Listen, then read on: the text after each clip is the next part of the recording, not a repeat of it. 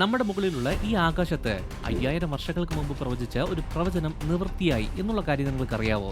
2026 March 3-ന് ചന്ദ്രഗ്രഹണം ഉണ്ടായി. ആ സമയത്ത് നമ്മുടെ ഇന്ത്യയുടെ മുകളിൽ 2 മിനിറ്റും ബാക്കിയുള്ള പല രാജ്യങ്ങളിലും 58 മിനിറ്റോളം ചന്ദ്രൻ രക്തചുവപ്പായി മാറി. ഈ പ്രതിഭാസം 5.5 മണിക്കൂറോളം നീണ്ടുനിന്നു. കേരളത്തിൽ നിന്ന് നമുക്ക് ഏകദേശം 2 മുതൽ 3 മിനിറ്റ് വരെ കാണാൻ കഴിഞ്ഞു. കറക്റ്റ് പറഞ്ഞാൽ വൈകിട്ട് 6:27-നും 6:29-നും ഇടയ്ക്ക്. 5000 വർഷങ്ങൾക്ക് മുമ്പ് ഹാനോക്ക് എന്നൊരു മനുഷ്യൻ ഇതേ ഭൂമിയിൽ നിൽക്കുന്ന സമയത്ത് ഇതേപോലൊരു പ്രതിഭാസം സംഭവിക്കുമെന്ന് ഒരു ദർശനത്തിൽ ദൈവം കാണിച്ചു കൊടുത്തു. ഈ പ്രതിഭാസം സംഭവിക്കുന്ന സമയത്ത് നമുക്ക് മനസ്സിലാകാൻ വേണ്ടി ഹാനോക്ക് അത് വിശദമായി രേഖപ്പെടുത്തിയിട്ടുണ്ട്. ഹാനോക്ക് ആരായിരുന്നു എന്നും ചന്ദ്രനിൽ ഉണ്ടാകുന്ന മാറ്റത്തെക്കുറിച്ച് ദൈവം ഹാനോക്കിന് ദർശനത്തിൽ കാണിച്ചു കൊടുത്ത കാര്യങ്ങൾ എന്തൊക്കെയാണ് എന്നും ആ ദർശനം യോവേൽ, യേശു, വെളിപ്പാട് പുസ്തകത്തിലെ 6 മുദ്രയുമായിട്ട് എങ്ങനെ ബന്ധപ്പെട്ടിരിക്കുന്നു എന്നും ജൂത കലണ്ടറിൻ്റെയും ഇന്ന് നാം കാണുന്ന ഈ ലോകത്തിൻ്റെ പശ്ചാത്തലത്തിൽ ഈ രക്തചന്ദ്രനുള്ള പ്രത്യേകത എന്താണ് എന്നും വിശദമായി നമുക്ക് ഈ വീഡിയോയിൽ നോക്കാം. ഇതെന്തോ ക്രമരഹിതമായി സംഭവിച്ച ഒരു ജ്യോതിശാസ്ത്രമല്ല, ഇത് ആകാശത്തെ എഴുതിയ ഒരു ദൈവിക സന്ദേശമാണ്. വീഡിയോ അവസാനം വരെ കാണുക. ഉൽപ്പത്തി 5-ാം അധ്യായത്തിൽ ആദമിൻ്റെ 7-ാം തലമുറയായി ജനിച്ചയാളാണ് ഹാനോക്ക് എന്ന് പട്ടികപ്പെടുത്തുന്നുണ്ട്. ഈ അധ്യായത്തിൽ എല്ലാവരും എത്ര വയസ്സായപ്പോൾ മരിച്ചു എന്ന് ഒരു ലിസ്റ്റ് തന്നെ പറയുന്നുണ്ട്. ആദം 930 വർഷം ജീവിച്ചു, അവൻ മരിച്ചു. ഷേത്ത് 912 വർഷം ജീവിച്ചു, അവൻ മരിച്ചു. അതേപോലെ തന്നെ ഏനോഷ്, കനാൻ, മഹലയിൽ, യാരദ്, അങ്ങനെ എല്ലാവരും മരിച്ചു. ഇവരെല്ലാവരെയും ഒരൊറ്റ വാക്കിലാണ് അവസാനിപ്പിക്കുന്നത്, അവർ മരിച്ചു എന്ന്. പക്ഷേ ഹാനോക്ക് ഈ ലിസ്റ്റിൽ തന്നെ ഉൾപ്പെടുന്നില്ല. ഉൽപ്പത്തി 5-ാം അധ്യായം 21 മുതൽ 24 വരെയുള്ള വാക്യങ്ങൾ ഇങ്ങനെ പറയുന്നു: ഹാനോക്കിന് 65 വയസ്സായപ്പോൾ അദ്ദേഹത്തിന് മെത്തുശലഹ് ജനിച്ചു. മെത്തുശലഹിന് ജന്മം നൽകിയതിനു ശേഷം ഹാനോക്ക് 300 വർഷം ദൈവം മുമ്പാകെ വിശ്വസ്തനായി ജീവിച്ചു. ഹാനോക്കിന്റെ ആയുസ് 365 വർഷമായിരുന്നു. ഒരു ദിവസം ദൈവം അദ്ദേഹത്തെ തൻ്റെ അടുത്തേക്ക് എടുത്തതിനാൽ കാണാതായി. ശവക്കുഴിയോ ശവസംസ്കാരമോ ഒന്നുമില്ല. അവൻ ജീവനോട് ഇരിക്കുമ്പോൾ തന്നെ ദൈവം അവനെ ശരീരത്തോടു കൂടി എടുത്തു. എബ്രായർ 11-ാം അധ്യായം 5-ാം വാക്യം ഇതിനെ ഉറപ്പിക്കുന്നുണ്ട്. ഹാനോക്ക് മരണം അനുഭവിക്കാതെ വിശ്വാസത്താൽ എടുക്കപ്പെട്ടു. ദൈവവുമായിട്ട് അത്രയും ആഴമായ ബന്ധം ഉണ്ടായിരുന്നത് കൊണ്ടാണ് മരണം കാണാതെ അവൻ എടുക്കപ്പെട്ടത്. അത്രയും ആത്മാർത്ഥമായി ദൈവത്തിന്റെ കൂടെ നടന്നതുകൊണ്ട് തന്നെ ദൈവത്തിന്റെ സൃഷ്ടിയുടെ ആന്തരിക പ്രവർത്തനങ്ങളെക്കുറിച്ചും സൂര്യൻ, ചന്ദ്രൻ, നക്ഷത്രങ്ങൾ, അതിലുണ്ടാകുന്ന ചലനങ്ങളെക്കുറിച്ചും ദൈവം അവന് വെളിപ്പെടുത്തി കൊടുത്തു. ഈ സൃഷ്ടിയുടെ ചലനങ്ങളെല്ലാം മനുഷ്യർക്ക് അടയാളമായിരിക്കുമെന്ന് ഉൽപ്പത്തി 1-ാം അധ്യായം 14-ാം വാക്യം നമ്മോട് പറയുന്നുണ്ട്. ഹാനോക്കിന്റെ പുസ്തകത്തിൽ 72 മുതൽ 82 വരെയുള്ള അധ്യായങ്ങളിൽ ദൈവം പല കാര്യങ്ങളെയും അവന് വെളിപ്പെടുത്തി കൊടുക്കുന്നുണ്ട്. ആകാശത്തുള്ള ഓരോന്നിൻ്റെയും കൃത്യമായ പാത, എരുതുകൾ, നിശ്ചിത സമയങ്ങൾ എന്നിവയെക്കുറിച്ച് യൂറിയേൽ ദൂതൻ അവന് വിശദീകരിച്ചു കൊടുത്തു. എല്ലാം ദൈവം നിയമിച്ച ആ ക്രമത്തിലാണ് നീങ്ങുന്നത്. ഇതെല്ലാം ദൈവത്തിന്റെ ഘടികാരം പോലെയാണ് പ്രവർത്തിക്കുന്നത് എന്ന് യൂറിയേൽ പറഞ്ഞു.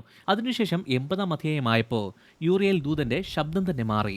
നോക്കുക ഹാനോക്കെ, ഞാൻ ഇതെല്ലാം നിനക്ക് കാണിച്ചു തന്നു. ഈ സൂര്യനെയും ചന്ദ്രനെയും ആകാശത്തിലെ നക്ഷത്രങ്ങളെയും അതിന്റെ പ്രവർത്തനങ്ങളെയും അത് ചെയ്യേണ്ട ജോലികളെയും അതിന്റെ സമയങ്ങളെയും എല്ലാം നിനക്ക് വെളിപ്പെടുത്തി തന്നിരിക്കുന്നു. യൂറിയേൽ ദൂതൻ പിന്നെയും പറഞ്ഞു: പാപികൾ കൊണ്ട് ഭൂമി നിറയുന്ന കാലത്തു വർഷങ്ങൾ ചുരുങ്ങും, ഭൂമിയിലുള്ളതെല്ലാം മാറും. വൃക്ഷങ്ങളുടെ ഫലം അതന്തേ സമയത്ത് കൊടുക്കില്ല. ചന്ദ്രന്റെ ക്രമം മാറും, അതന്തേ സമയത്ത് അത് പ്രത്യക്ഷപ്പെടുകയില്ല.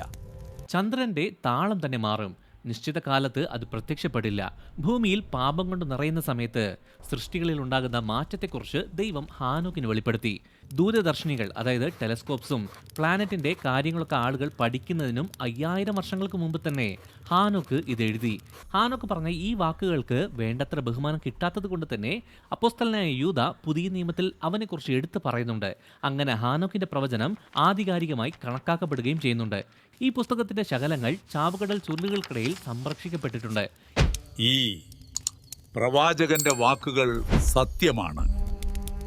ആദ്യകാല വിശ്വാസ സമൂഹം ഈ വെളിപ്പെടുത്തലുകളെ എത്ര ഗൗരവമായി എടുത്തിരുന്നുവെന്ന് ഈ ചാവുകടലിൽ സൂക്ഷിച്ചു വെച്ചിരുന്ന കാര്യം തന്നെ എടുത്തു കാണിക്കുന്നുണ്ട്. ഈ ഹാനോക്കിന്റെ പുസ്തകം നമ്മുടെ ബൈബിളിൽ ഇല്ല എങ്കിൽ പോലും ആകാശത്ത് സംഭവിക്കുന്ന ഈ അടയാളങ്ങളെക്കുറിച്ചുള്ള അതിന്റെ കാതലായ വിവരണം മറ്റ് പ്രവാചകന്മാരും, എന്തിന് യേശു പോലും പറഞ്ഞിട്ടുണ്ട്. ഈ ആകാശ അടയാളത്തെക്കുറിച്ചുള്ള സന്ദേശം ഹാനോക്കിൽ തന്നെ അവസാനിച്ചില്ല. നൂറ്റാണ്ടുകൾക്ക് ശേഷം ദൈവം പ്രവാചകനായ യോവേലിനെ വെളിപ്പെടുത്തി: യഹോവയുടെ ശ്രേഷ്ഠവും ഭയങ്കരമായ ദിവസം വരുന്നതിന് മുമ്പേ സൂര്യൻ ഇരുളായി മാറുകയും ചന്ദ്രൻ രക്തമായി തീരുകയും ചെയ്യും. യഹോവ അരുളി ചെയ്തതുപോലെ സിയോൻ പർവ്വതത്തിലും ജെറുസലേമിലും രക്ഷപ്പെട്ടവർ ഉണ്ടാകും. അവശേഷിക്കുന്നവർക്കിടയിൽ പോലും യഹോവയാൽ വിളിക്കപ്പെടുന്നവർക്ക് വിടുതൽ ഉണ്ടാകും. പെന്തക്കോസ്ത് നാളിൽ ആയിരക്കണക്കിന് ആളുകളുടെ മുമ്പിൽ നിന്നുകൊണ്ട് രക്ഷയുടെ വാതിൽ തുറന്നിരിക്കുന്നു എന്ന് പ്രഖ്യാപിച്ചു. യേശുവിന്റെ മടങ്ങിവരവും യുഗാന്ത്യത്തിന്റെ അടയാളവും എന്തായിരിക്കുമെന്ന് ശിഷ്യന്മാർ ചോദിച്ച സമയത്ത് യേശു ആകാശത്തേക്ക് നോക്കിയിട്ട് പറഞ്ഞു, സൂര്യനിലും ചന്ദ്രനിലും നക്ഷത്രങ്ങളിലും ചിഹ്നങ്ങൾ ഉണ്ടാകും. കടലിന്റെയും ഭീകര തിരമാലകളുടെയും ഗർജനത്താൽ ഭൂമിയിലെ ജനസഞ്ചയങ്ങൾ നടുങ്ങി പരിഭ്രമിക്കും. ആകാശഗോളങ്ങൾ സ്വസ്ഥാനത്തുനിന്ന് വ്യതിചലിക്കുന്നതുകൊണ്ട് ലോകത്തിന് എന്ത് സംഭവിക്കാൻ പോകുന്നു എന്ന സംഭ്രമത്തോടെ മനുഷ്യർ ഭീതി പൂണ്ട് ബോധരഹിതരായി നിപതിക്കും. ഇത് പറഞ്ഞിട്ട് പതിറ്റാണ്ടുകൾക്ക് ശേഷം പത്മോസ് ദ്വീപിൽ നാടുകടത്തപ്പെട്ട് അപ്പോസ്തലനായ യോഹന്നാൻ 6ാമത്തെ മുദ്ര തുറക്കുമ്പോൾ ഉണ്ടാകുന്ന കാര്യങ്ങളെക്കുറിച്ച് വ്യക്തമായി കണ്ടു. കുഞ്ഞാട് 6ാം മുദ്ര തുറന്നപ്പോൾ വലിയൊരു ഭൂകമ്പമുണ്ടായത് ഞാൻ കണ്ടു. സൂര്യൻ കറുത്ത ആട്ടിൻ രോമം കൊണ്ട് നിർമ്മിച്ച വസ്ത്രം പോലെ കറുത്തതായി തീർന്നു. ചന്ദ്രൻ പൂർണ്ണമായും രക്തവർണമായി തീർന്നു. കൊടുങ്കാറ്റിനാൽ ഉലയുന്ന അത്തിവൃക്ഷത്തിൽ നിന്ന് ഇളങ്കായ്കൾ ഉതിർന്നു വീഴും പോലെ ആകാശത്തിൽ നിന്ന് ഉൽക്കകൾ ഭൂമിയിൽ നിപതിച്ചു. ആകാശം പുസ്തകച്ചുരുൾ പോലെ ചുരുട്ടി മാറ്റപ്പെട്ടു. എല്ലാ മലയും ദ്വീപും സ്വസ്ഥാനത്തുനിന്ന് ഇളകിപ്പോയി. ഇത് 4 വ്യത്യസ്ത മനുഷ്യരാണ്.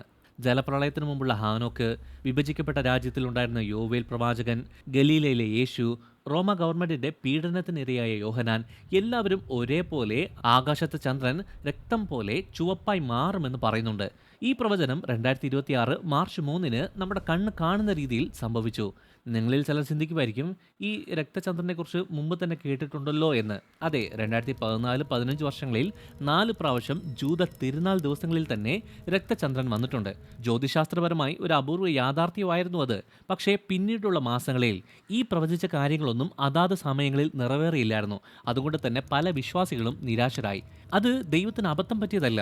നാം ആ സമയത്ത് ഈ പ്രവചനങ്ങളൊക്കെ സംഭവിക്കുമെന്ന് ആകാംക്ഷയോടെ കാത്തിരുന്നത് കൊണ്ടാണ് അങ്ങനെ നിരാശ തോന്നാൻ കാരണം. ഹബക്കൂക്ക് 2-ാം 2-3 വാക്യങ്ങൾ വ്യക്തമായി പറയുന്നു, അപ്പോൾ യഹോവ ഇപ്രകാരം മറുപടി നൽകി, വെളിപ്പാട് എഴുതുക, ഓടിച്ചു വായിക്കാൻ തക്കവണ്ണം അത് ഫലകത്തിൽ വ്യക്തമായി എഴുതുക. കാരണം വെളിപ്പാട് നിശ്ചിത സമയത്തിനായി കാത്തിരിക്കുന്നു.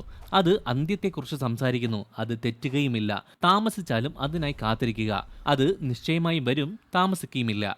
ഈ 2026-ലുണ്ടായ ഗ്രഹണം തികച്ചും വ്യത്യസ്തമാണ്. കഴിഞ്ഞ വർഷങ്ങളിൽ സംഭവിച്ചതുപോലെയല്ല ഇത്. ഇത് ഒരു ഒറ്റപ്പെട്ട പൂർണ്ണ ചന്ദ്രഗ്രഹണമാണ്. ഇതിൽ ഏറ്റവും പ്രധാനമായി ശ്രദ്ധിക്കേണ്ട ഒരു കാര്യം, ജൂത കലണ്ടർ അനുസരിച്ച് ആധാർ മാസം 14-ാം തീയതി, അതായത് പൂരിം സമയത്താണ് ഇത് സംഭവിച്ചിരിക്കുന്നത്. മാർച്ച് 2 സൂര്യ അസ്തമയത്ത് തുടങ്ങി മാർച്ച് 3 വരെ തുടർന്ന് ഈ പൂരിം ആഘോഷം എസ്തേറിന്റെ സംഭവകഥയാണ് നമ്മെ ഓർമ്മിപ്പിക്കുന്നത്. പേർഷ്യൻ സാമ്രാജ്യത്തിലുണ്ടായിരുന്ന എല്ലാ ജൂതന്മാരെയും ഒരൊറ്റ ദിവസം തന്നെ കൊല്ലാനായിട്ട് ഹാമാൻ പൂരിം എന്ന് ചീട്ടിട്ടു. അങ്ങനെ കൊല്ലാനുള്ള കൽപ്പന മുദ്രവച്ചു. ജൂതന്മാർ എല്ലാവരും അന്ന് തന്നെ മരിക്കുമെന്ന് എല്ലാവരും വിചാരിച്ചു. എന്നാൽ എസ്തേർ ഉപവസിച്ചു. രാജാവ് ക്ഷണിക്കാതെ തന്നെ കൊട്ടാരത്തിൽ പോയി രാജാവിനെ കണ്ടു. അത് ശരിക്കും പറഞ്ഞാൽ ആത്മഹത്യ ചെയ്യുന്ന പോലെ ഒരു സംഭവമായിരുന്നു. ഒരൊറ്റ രാത്രിയിൽ തന്നെ മുഴുവൻ ഗൂഢാലോചനയും മാറി മറിഞ്ഞു. മൊർദെഖായ്ക്ക് വേണ്ടി നിർമ്മിച്ച ആ തൂക്കുമരത്തിൽ ഹാമാൻ മരിച്ചു. നാശത്തിനു വേണ്ടി ഉദ്ദേശിച്ചത് വിടുതലായി മാറി. പ്രവാചകന്മാർ വിവരിച്ചതുപോലെയുള്ള ഉടമ്പടി സമ്മർദ്ദങ്ങളും പുരാതന വിദ്വേഷങ്ങളും ഇസ്രായേലിന് ചുറ്റും കൂടിച്ചേരുന്ന ഈ സമയത്ത് പെട്ടെന്നുള്ള രക്ഷയെയും പെട്ടെന്നുള്ള തിരിച്ചടിയെയും ആഘോഷിക്കുന്ന ഈ ഉത്സവ സമയത്ത് തന്നെ ദൈവം നേരിട്ട് ഒരു രക്തചുവപ്പ് ചന്ദ്രനെ സ്ഥാപിക്കുന്നു. ഹാമാന്റെ മരണ ദിവസത്തെ ദൈവജനത്തിന്റെ ജീവൻ ലഭിച്ച ദിവസമാക്കി മാറ്റിയ അതേ ദൈവം ഇപ്പോഴും സിംഹാസനത്തിലാണ്. അധർമ്മം വർദ്ധിക്കുന്ന കാലത്ത് ചന്ദ്രൻ അതിന്റെ ക്രമം മാറ്റുമെന്ന് ഹാനോക്കിന് ദൈവം കാണിച്ചു കൊടുത്തു. മാർച്ച് 3 ഇത് കൃത്യമായി സംഭവിച്ചു. ലോകത്തുള്ള എല്ലാ മനുഷ്യരും ഒരേപോലെ കാണാൻ കഴിയുന്ന രീതിയിലാണ് ഈ അടയാളം സംഭവിച്ചിരിക്കുന്നത്.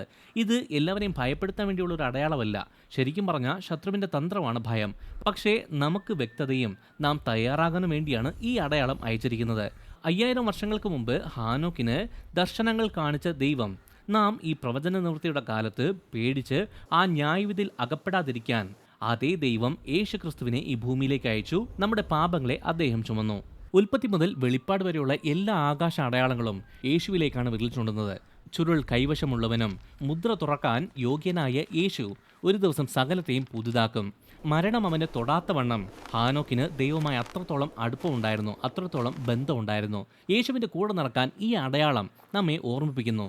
ഈ രക്തചന്ദ്രൻ എന്തിനെ അടയാളപ്പെടുത്തുന്നു എന്ന് ചോദിച്ചാൽ ദൈവം ഇപ്പോഴും ഇവിടെയുണ്ട്, ദൈവം ഇപ്പോഴും സംസാരിക്കുന്നുണ്ട്, വാതിൽ ഇപ്പോഴും തുറന്നു കിടക്കുന്നു, എൻ്റെ അടുക്കലേക്ക് വാ എന്ന് ദൈവം നമ്മെ ഒരിക്കൽ കൂടി ഓർമ്മിപ്പിക്കുന്നതാണ് ഈ അടയാളം. ഈ വീഡിയോ കണ്ടിട്ട് നിങ്ങളുടെ മനസ്സിൽ ദൈവത്തോട് അടുക്കണമെന്ന് ആഗ്രഹം തോന്നുന്നുണ്ടെങ്കിൽ അത് പരിശുദ്ധാത്മാവാണ് ചെയ്യുന്നത്. അതുകൊണ്ട് ദൈവത്തോട് കൂടുതൽ അടുക്കുക. ബൈബിളിൽ പറയുന്ന ഓരോ പ്രവചനങ്ങളും നിറവേറിക്കൊണ്ടിരിക്കുന്ന ഒരു കാലത്താണ് നാം ജീവിക്കുന്നത്. ദൈവത്തിൽ ആശ്രയിച്ച് മുമ്പോട്ട് പോകുക, ദൈവത്തിൻ്റെ കൂടെ നടക്കുക. ദൈവം നിങ്ങളെ തൻ്റെ കൈകളിൽ സുരക്ഷിതമായി പൊതിഞ്ഞ് നിങ്ങളെ സൂക്ഷിക്കും.